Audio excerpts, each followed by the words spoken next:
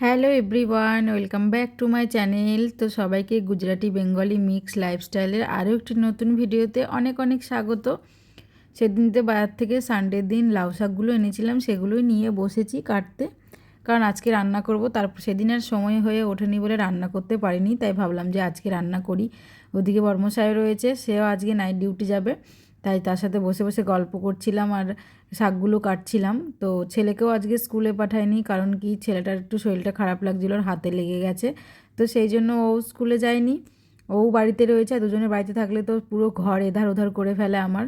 তো যাই হোক, গল্প করতে করতে শাকগুলো কাটছে, যে শাকগুলো একটু আলু দিয়ে করব ভাবছি, কারণ কুমড়ো দিয়ে করলে একটু বেশি ভালো লাগতো, কারণ যেহেতু ছেলেটা খাবে না কুমড়ো দিলে, সবজি খেতে চায় না একদমই। এমনি আলু দিয়ে করলে তবুও শাকটা খেয়ে নেবে, না হলে একদমই কুমড়ো টুমড়ো দিলে, অন্য কোনো সবজি দিলে খেতে চায় না। তাই আর সেটা দিয়ে করব না, তাই আলু দিয়ে একটু করবো। আর ডাঁটাগুলো পাতাগুলো কিন্তু বেশ ভালো ছিল জানো, শাকগুলো কিন্তু দাম নিয়েছে, কিন্তু বেশ টাটকা ছিল। সেদিন খেতে পারলে আরও ভালো হতো, যেহেতু সেদিন সময় করে উঠতে পারিনি, তাই আর খেতে পারলাম না। তবে যাই হোক, কোনো ব্যাপার না।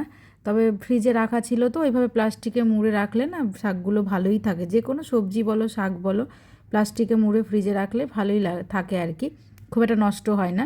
তো এইদিকে রান্নাবান্নাও করেছে। সকালবেলা ঘুম থেকে উঠেই পাবদা মাছগুলো বের করে রেখেছিলাম। পাবদা মাছগুলো যেহেতু ফাটে না, তাই দেখো ঢাকা দিয়ে দিয়ে ভাজতে হচ্ছে আমাকে। অনেকটা দূরে দূরে দাঁড়িয়ে আর কি ভাজছি ঢাকা দিয়ে, নাহলে তো ফুটতে থাকে, গায়ে এসে পড়বে। আর আরেক দিকে আমি পাবদা মাছের ঝালটাও বসিয়ে দিয়েছি, রান্না করতে অনেকটাই দেরি হয়ে গেছিলো আর কি।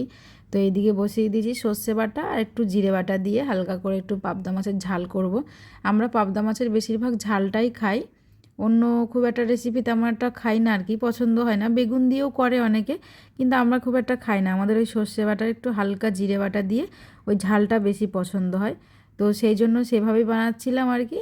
আর একটু লাউ এনেছিলাম সেদিনকে, আর রুই মাছের মাথা ছিল। তো চিংড়ি মাছটা আনতে ভুলে গেছিলাম, তাই ভাবলাম যে আজকে যখন রুই মাছের মাথা আছে, ওটা দিয়েই লাউটা একটু করে নিই। নাহলে তো লাউটাও ফ্রিজে রাখলে না কয়েকদিন সে কেমন যেন ভেতরটা নরম হয়ে যায়। তো তাই ভাবলাম যে ওটা দিয়েই করে ফেলি। এদিকে আলু কেটে আলু ভাজছি, ভেজে জল দেব, তারপর লাউ শাকটা সেদ্ধ করব, তারপরে ওটাকে ফোড়ন দেব। অনেকে একবারে ফোড়ন দিয়েও করে, তো আমি যেহেতু কালো জিরে ফোড়ন দিয়ে করব, একটু ভাজা জিরের গুঁড়ো দিতে পারলে সব থেকে বেশি ভালো হতো, কিন্তু ভাজা জিরের গুঁড়ো আমার কাছে ছিল না, আর আমি ভাজতেও ভুলে গেছিলাম, তাই জন্য আর দেওয়া হয়নি। তো যাই হোক, কোনো ব্যাপার নেই, এমনি করেও খাওয়া হয়ে যায়। আর ওদিকে তো আমার পাবদা মাছের ঝালটা তো হয়ে গেছে, তোমরা তো দেখলেই। আর এদিকে দেখো আলুও মোটামুটি ভাজা হয়েছে। এই পর্যায়ে আমি জল দিয়ে দেবো, ফুটলে তারপর আমি শাকটা দেব।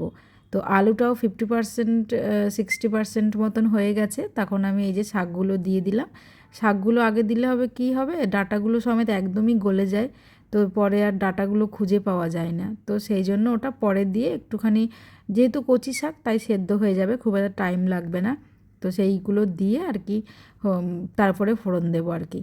তো তোমাদের সাথে কথা বলতে বলতেই দেখো আমার রান্নাও কমপ্লিট হয়ে গেছে। পাবদা মাছের ঝাল, শাকের ঘন্টটা, আর হচ্ছে মাছের মাথা দিয়ে লাউ, তো সব করে নিয়েছে। সবার শেষে ভাত বসিয়েছি, যেহেতু ভাতটা না হলে তো ঠান্ডা হয়ে যাবে, তাই ভাতটা শেষে বসিয়েছি আর কি।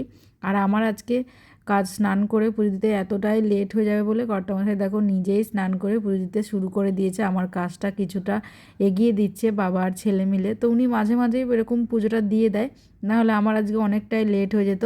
তো বেলা বাজে প্রায় 2টো, আমরা তখন বসেছি খেতে, সব কাজ সেরে, কারণ খেয়ে উঠে আর কোনো কাজ সারতে ইচ্ছা করে না আর কি। আমি গ্যাস ট্যাস পরিষ্কার করে তারপরে বসেছি। আর এই যে রান্নাবান্না যা করেছিলাম সেটাই আর কি। তো ছেলেকেও দেবো, ছেলেকে তো খাইয়ে দিতে হবে, খাইয়ে দেওয়া হয়ে গেছে আগে। এবার আমি আর ছেলের বাবা বসেছি আর কি খেতে, দুজনে মিলে খাওয়া দাওয়া করব। তো উনি একটু শোবে, তারপরে হয়তো ওনার একটু অফিস আছে, অফিসে যাবে, নাইট ডিউটিতে যাবে আর কি। তো খেয়ে একটু না শুলে না নাইট ডিউটি করতে পারবে না, ঘুম পেয়ে যাবে। তো দুজনে মিলে খাওয়া দাওয়ার জন্য খাওয়া দাওয়ারটা বেড়ে নিচ্ছি। তো এই আর কি, আজকের মতন ভিডিওটা আমাদের এখানেই থাকলো।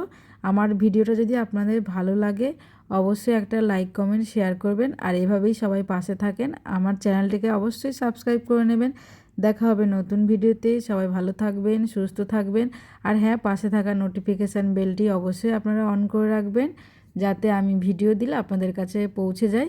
এভাবেই সবাই পাশে থাকবেন, সবাই ভালো থাকবেন, সুস্থ থাকবেন। আবার দেখা হবে নতুন ভিডিওতে, ততক্ষণের জন্য সবাইকে টাটা, সবাই ভালো থাকবেন।